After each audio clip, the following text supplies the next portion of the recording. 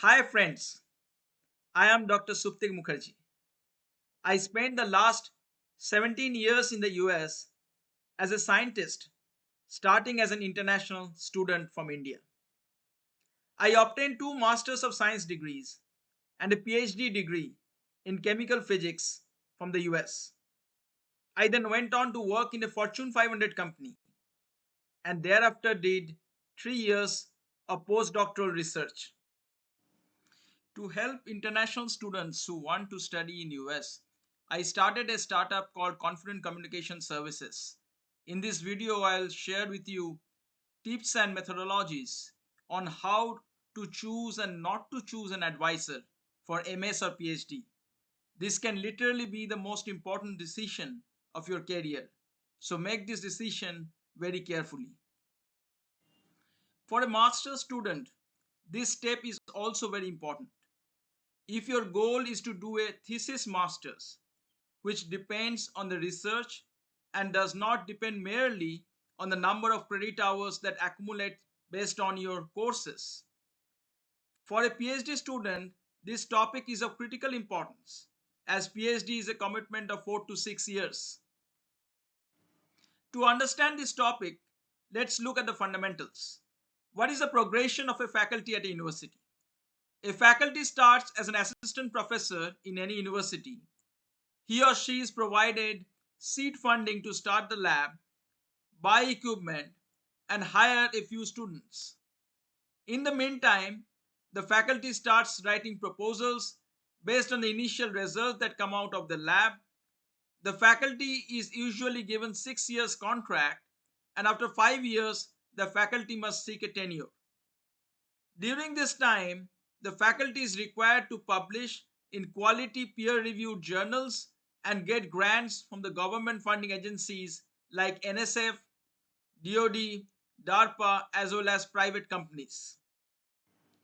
This can be one of the best phases in the lifetime of a faculty for a student to join. The faculty is super motivated to secure a tenure. The faculty will try very hard to publish everywhere, including in top rated journals based on research results. The faculty puts in all his or her weight behind the areas of research the faculty is interested in. The areas of research are usually continuation of the postdoctoral work. The faculty looks into the literature and works shoulder to shoulder with the PhD student. The availability of the faculty in the lab is also absolute. The only downside can be that the student may require a little more time to graduate, but the number of publications can far outweigh the years spent. The faculty will also be under tremendous stress as he or she must secure a tenure within a stipulated time.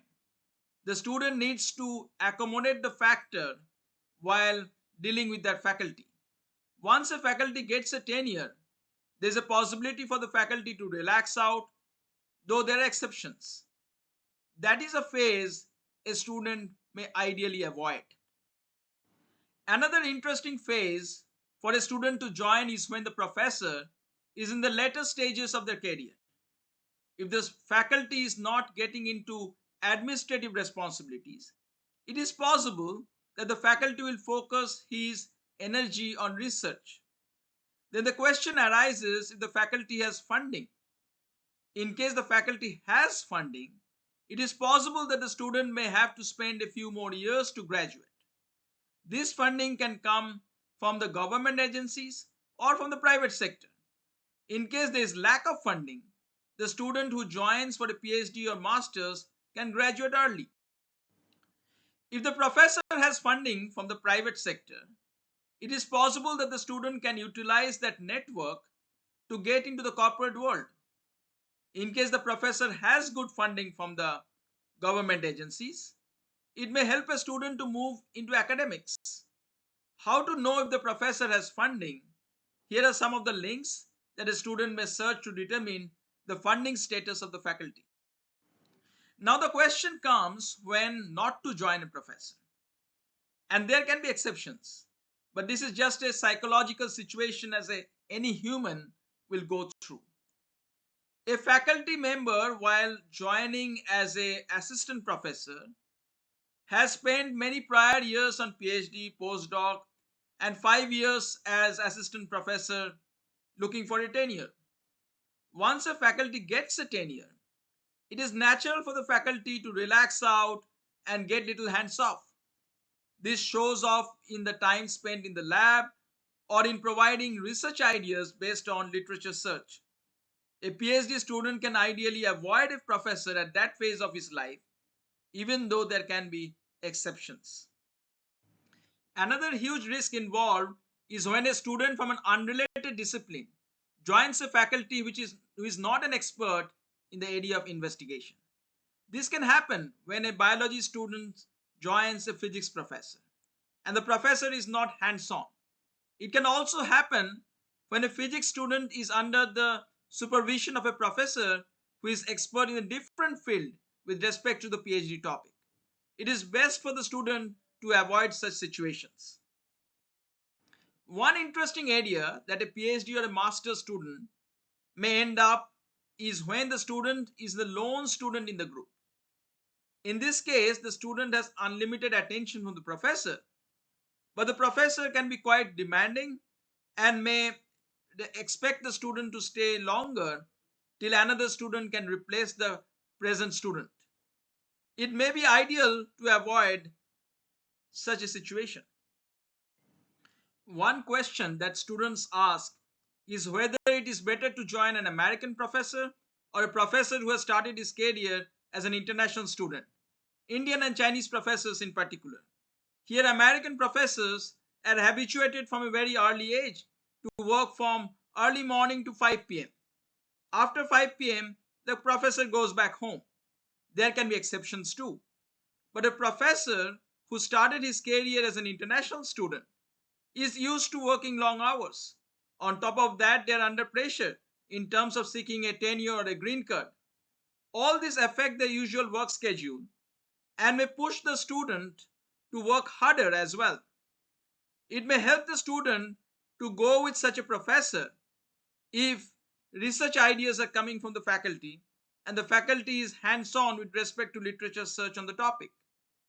A little different situation may arise when the topic of interest is simulation and not lab work. In today's times, this may lead to work from home, but the principles stated above may still hold. One more situation I would like to discuss is when you are working under multiple advisors or one advisor and many co-advisors. In such a situation, each advisor will have their own expectations and the student may get caught up trying to satisfy expectations of each faculty member. It is best to avoid such complexities. A PhD is a commitment of 4 to 6 years. Make sure that what you are doing is a topic you are passionate about, a topic very close to your heart. Make sure you are not doing it for immediate monetary benefits or to satisfy someone else. Do not live someone else's life. Work to make your passion your career. Choose a PhD topic and a faculty advisor accordingly. Ask previous students from the advisors group about the advisor. An advisor is your guru. A guru is supposed to bring out the best in you, motivate you and inspire you, provide you research ideas. Research well on the faculty before you join the group. Work in the group and with your advisor with a sense of mutual respect. It is important that you see him or her as your role model to follow. Now that you know how to choose your advisor for your thesis, master's, or PhD, as part of Confident Communication Services, we can handhold you to prepare for your most important career journey. To help you in your admission, we plan to start a mock test every week to help you prepare for GRE and TOEFL exams. Our website www.confidentcommunicationservices.com already has lots of material to prepare for GRE and TOEFL. Take the time-bound mock tests. Also, as scientists, we can guide you in deciding your career path based on your training and life goals so that you can reach your career destinations. Good luck on your career journey. Do subscribe to our channel and do provide us your feedback through comments.